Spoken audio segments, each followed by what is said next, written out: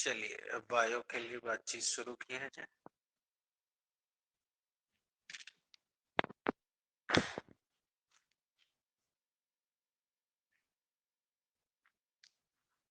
ये काफी बड़ा चैप्टर है। इसमें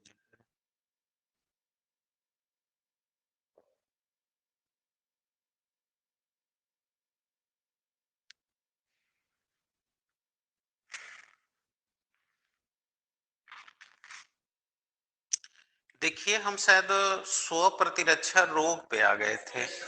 तो पहले कल वाले में जो आप लोग को बताए हैं बताइए, उसमें आपको कोई डाउट्स है तो फिर से समझा दें।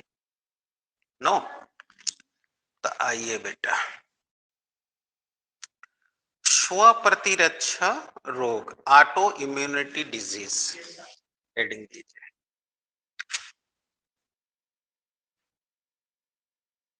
स्व प्रतिरक्षा रोग, ऑटो इम्यूनिटी डिजीज। ठीक बात है। पहले आप लोग कमेंट कर लीजिए, फिर मैं समझाना शुरू करता हूं। लिखिए, हायर वर्टिब्रेट्स में विकसित, हायर वर्टिब्रेट्स में विकसित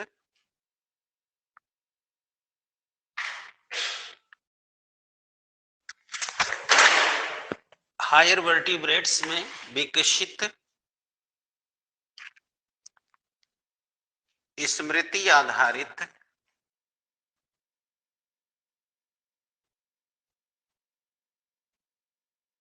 स्मृत आधारित उपार्जित प्रतिरक्षा,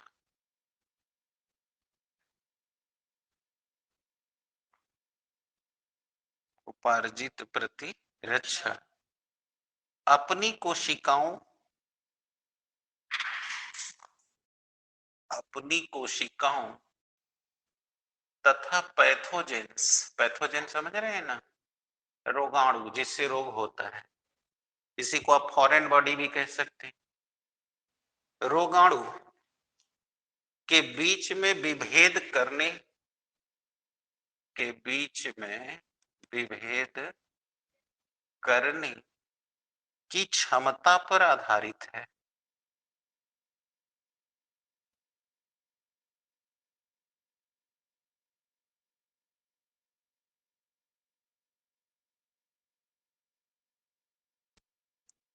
हाँ जी, हो गया। भेद कर सकने की इस क्षमता का आधार क्या है?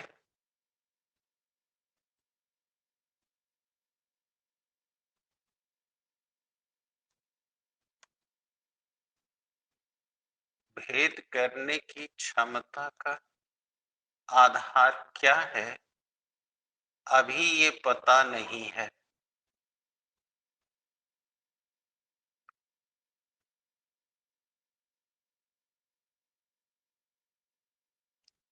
फिर भी इसे हम दो आधार पर समझा सकते हैं।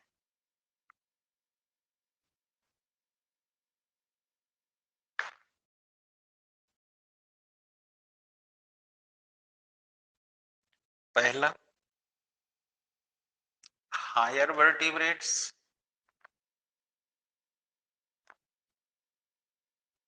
हायर वर्टिब्रेट्स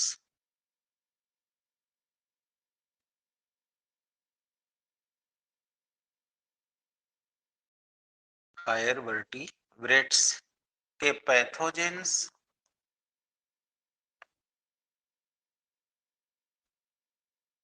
पैथोजेंस को पहचान सकते हैं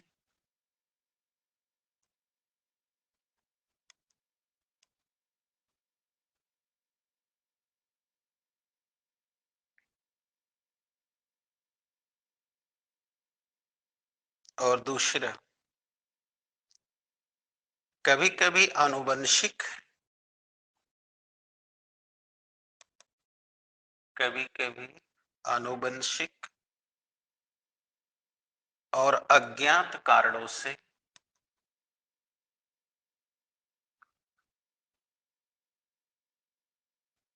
अननोन रीजन से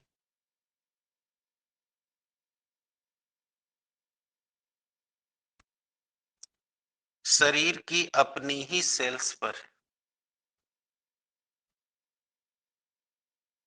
अपनी ही सेल्स ये हमला कर देते हैं।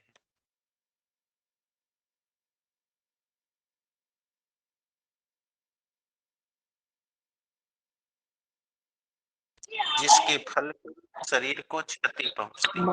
माइक चॉकलेट माइक ऑन है कभी ना सुना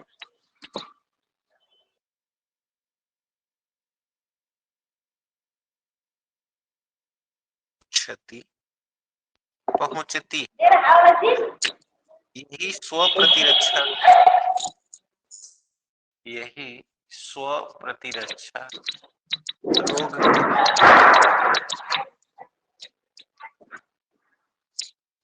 जैसे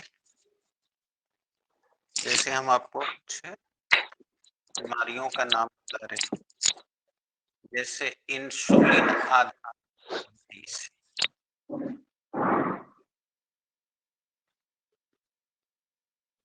डायबिटीज, क्रॉनिक एनीमिया,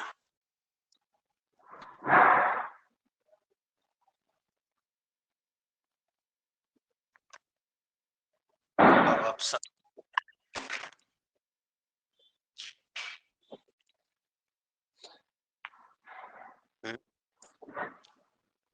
रहने दीजिए, क्या कर रहे हैं। जब ये जिंदा है हम लोग भी जिंदा हैं, ताकि जो बच्चे ऑनलाइन में हैं चलेगा चलेगा चले। अब पकड़िए, ऑटोनॉमस, सॉरी ऑटोनॉमस बोल दी, ऑटो इम्यूनिटी डिजीज है क्या? तो थोड़ा सा ध्यान से समझना पड़ेगा, या हम समझाने से पहले ही क्यों ना आपको एक उदाहरण देते। आप लोग जानते हैं, थोड़ा सा समझिए, हमारी ग्लूकोज की मात्रा को कंट्रोल करके ग्लूकोज को ग्लाइकोजन में बदलकर लीवर के अंदर संचित कर लिया जाता है, और यह पैंक्रियाज में ग्लैंड्स ऑफ लीवर कून, इनका नाम है आइसलेट्स ऑफ लैंगरहैंस। पैंक्रियाज के अंदर, अब पैंक्रियाज 11 में पड़े हुए हैं, बस हम चूंकि फायदा उठाना है थोड़ा बता दें। तो पैंक्रियाज के अंदर islets of Langerhans, islets of Langerhans, जिसको अंग्रेजी है वो हिंदी सुन लें। पैंक्रियाज के अंदर लैंगरहैंस द्वीप समूह की कोशिकाएं पाई जाती हैं, राइट है, और उनमें पेरिफेरल बीटा सेल और सेंट्रीपिटल अल्फा सेल। तो जो बीटा सेल होती हैं वह इंसुलिन होती हैं, और जो अल्फा सेल होती हैं वह ग्लूकेगान नाम का हार्मोन बनाती हैं। ये दोनों हार्मोन बनते हैं पैंक्रियाज में, लेकिन रक्त के द्वारा जब ये लीवर में जाते हैं तो एक्शन जाके लेते हैं लीवर में। आपको पता है कि यही बात आपको 11 में पढ़ाई गई कि जब कोई भी प्रोटीन एक अंग में बने और प्रभाव उसी शरीर के दूसरे अंग में दिखाए तो उसे हम हार्मोन, इसीलिए हम लोग इन्हें हार्मोन नाम दे रहे हैं। तो बीटा सेल जो लैंगरहैंस द्वीप समूह की कोशिकाओं से के बीटा सेल से इंसुलिन हार्मोन बन रहा है, ये हार्मोन ब्लड से जब लीवर में जाती हैं तो जितनी भी रक्त के अंदर आवश्यकता से ज्यादा ग्लूकोज है, उसे ये ग्लाइकोजन में कन्वर्ट करके लीवर में संचित कर लेती हैं, स्टोर कर लेती हैं। और कल के डेट में जब आपके शरीर को ग्लूकोज की कमी हो जाती है, तब अल्फा सेल के द्वारा जो ग्लूकेगॉन नाम का हार्मोन स्रावित किया गया है, वो हार्मोन लीवर में जो ये संचित ग्लाइकोजन है, इसे पुनः ग्लूकोज में कन्वर्ट करके ब्लड के अंदर ग्लूकोज की मात्रा को नियत कर देती है।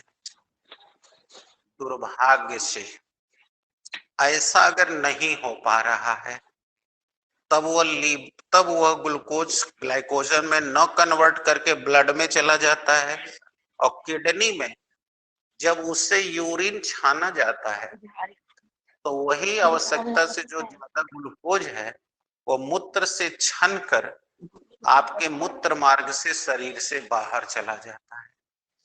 अब आप कि ग्लूकोज आपकी बॉडी का फ्यूल है। श्वसन की क्रिया में हम ग्लूकोज का ही ऑक्सीडेशन करके एनर्जी लेते हैं।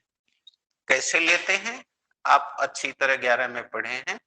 C6H12O6 ऑक्सीजन के 6 मालिक्यूल से जनरेट होकर 6 molecule carbon dioxide, 6 molecule water और 673 किलो कैलोरी एनर्जी का प्रोडक्शन किया जाता है, जिसे एटीपी के रूप में संचित कर लिया। सही है ना? ये कार्य हमारा शरीर करता है, उसके लिए यह ईंधन है। तो जब यही ईंधन मूत्र से शरीर के बाहर निकल जाते लगता है, तब उस व्यक्ति को कमजोरी हो जाती है। और जब कमजोरी होती है तो जाहिर है प्रतिरक्षा प्रणाली भी कमजोर होगी, मेटाबॉलिज्म भी कमजोर होगा। तो उसी बीमारी को कहते हैं डायबिटीज। और जब ये बीमारी आ जाती है, तो अब इस बीमारी से इम्यूनिटी कमजोर होने से अब ये शरीर पर ही दूसरी सेल पे हमला करेगा, और जब वो दूसरी सेल को हमला करेगा तो वो इंजर्ड होगा। अर्थात इसको मारने के लिए या इस रूप से बीमार होने के लिए किसी पैथोजन की जरूरत नहीं ना पड़ी। तो इससे बोलते हैं यस, यानी कि आपके शरीर की इम्यूनिटी के कमजोरी से खुद रोग हो गया। यानी इसको रोगी करने के लिए कोई पैथोजन से नहीं आया। तो इस बीमारी को कहते हैं बेटा ऑटो इम्यूनिटी। इसलिए आप देखना, जिस व्यक्ति को डायबिटीज हो गया होगा, देखना उसका मेटाबॉलिज्म स्लो हो गया होगा, आंख की रोशनी कम हो रही होगी, आंख धंस रही होगी, थकान लग रहा होगा, सांस लेने में तकलीफ हो रही होगी, थोड़ा दौड़ ले तो हांफने लगता होगा। ये सारी बीमारियां शुरू हो जाएंगी, और ये किसी अन्य पैथोजन से नहीं हो रहा है, उसके स्वयं के इम्यूनिटी सिस्टम में कमजोरी होने की वजह से हो रहा है। इसलिए इस बीमारी को कहते हैं। तो इसीलिए हमने कहा रुको पहले समझा देते। तो अभी आप कितना प्यार से समझ लिए, नहीं तो आप लोग लिखने पर जोर देते रहते हैं। आइए अब यहां समझाते हैं।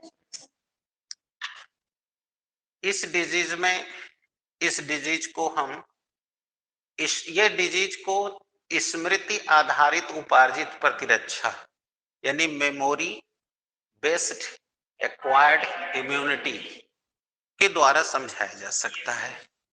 इसमें जो यह व्यवस्था है प्रतिरक्षा की, ये प्रतिरक्षा की व्यवस्था अपनी सेल और रोगाणु को बड़ी ही स्पष्ट रूप से विभेद कर लेती है। यानी ये तय कर लेती है, जांच लेती है, अंतर कर लेती है कि ये उसी इंसान का सेल है या रोगाणु का सेल है। अब ये विभेद करने की क्षमता किस आधार पे है? तो वही मैंने लिखा कि इसके विभेद करने की क्षमता का जो आधार है वो अभी नोन नहीं है। मतलब साइंटिफिकली वैज्ञानिक अभी तक ये नहीं निष्कर्ष निकाल पाए हैं कि ऐसा कैसे हो जाता है। परंतु फिर भी हम इसे दो बेस पर बता सकते हैं। एक कि जो हायर वर्टिब्रेट्स हैं, अगर उन पर पैथोजेंस का हमला हो गया है तो हम रासायनिक जांच करावें। डॉक्टर नहीं लिखता ले जाइए खून की जांच करा जाइए, ले जाइए अपना मल मूत्र का जांच कराइए, बलगम का ऐसे लिखता है ना। तो इस तरह हम उसकी रासायनिक विधि से जांच करके पैथोलॉजी में हम उसे आइडेंटिफाई कर सकते हैं। तो एक तरीका ये है। दूसरा क्या है कि ये अगर इससे नहीं क्लियर है तो जेनेटिकल होगी। जैसे कि बीमारियां हैं ना, जैसे हीमोफीलिया जेनेटिकल है, पेरेंट्स को होगी तो संतान में भी जाएगी। तो उस आधार पर हम जेनेटिकली हम इसको आइडेंटिफाई कर लेते हैं।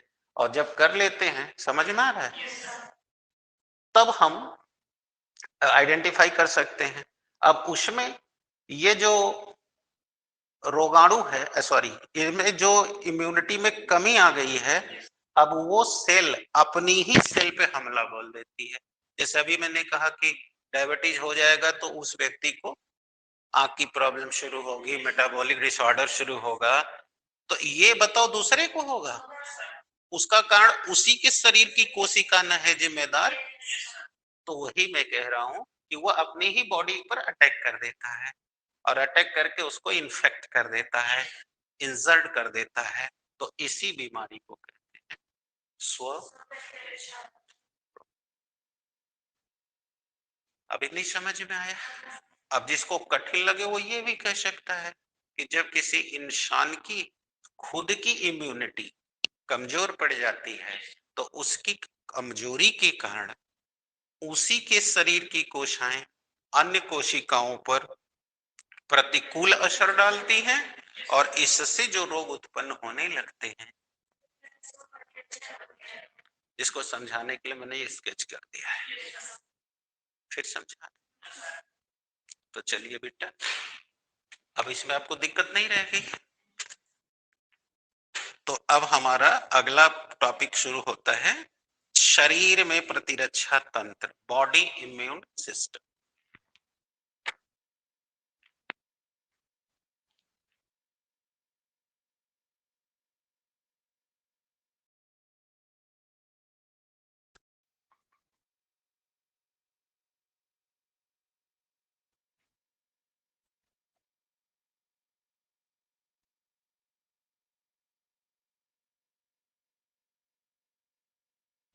शरीर प्रतिरक्षा तंत्र।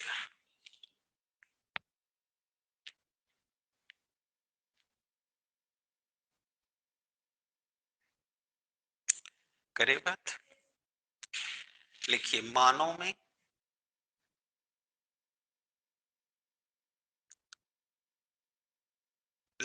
लिम्फॉइड ऑर्गन जानते हैं, लसिका तंत्र। आपको याद होगा मैंने बताया था कि शरीर की प्रतिरक्षा एक ब्लड के जिम्मे है और एक लसिका के जिम्मे है। तो ब्लड के जरिए जो है वो WBC संभालती है और जो लसिका के है वो लिम्फॉइड सेल करती हैं। तो यही बात कहना है। मानव प्रतिरक्षा तंत्र में लिम्फॉइड ऑर्गन यानी कि लसिका के अंग, ऊतक, कोशिकाएं, घुलनशील अणु जैसा प्रतिरक्षा शामिल है।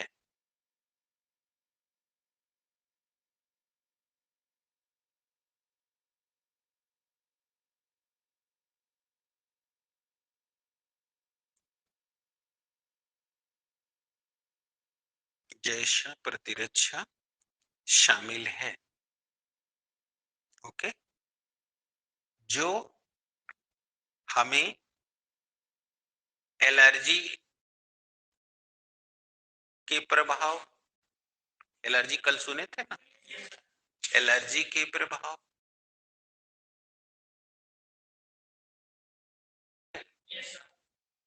और क्या, स्व प्रतिरक्षा रोग, स्व प्रतिरक्षा रोग। हो गया बेटा?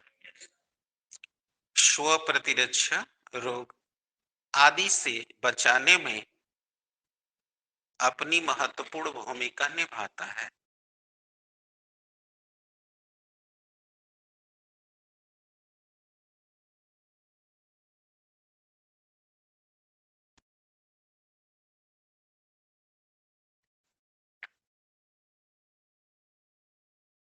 अपनी महत्वपूर्ण भूमिका, यस, क्लियर हो गया ना। तो अब आपको अगले हेडिंग बन जानी चाहिए, लसिका अंग, लिम्फोइड ऑर्गन।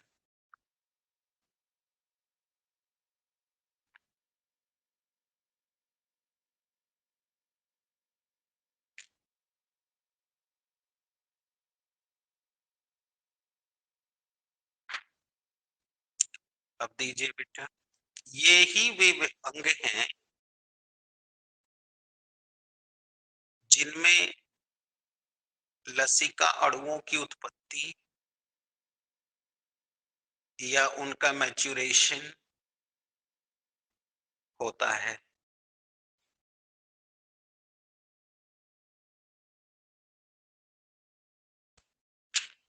मैच्योरेशन होता है,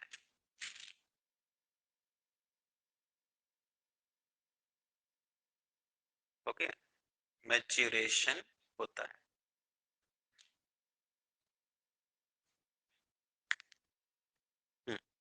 क्लियर है। बोन मैरो, थाइमस ग्लैंड,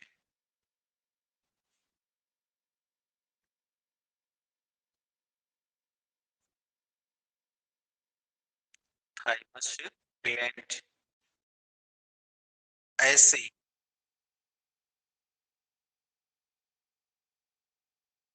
हो गया, थाइमस ग्लैंड ऐसे अंग हैं जहां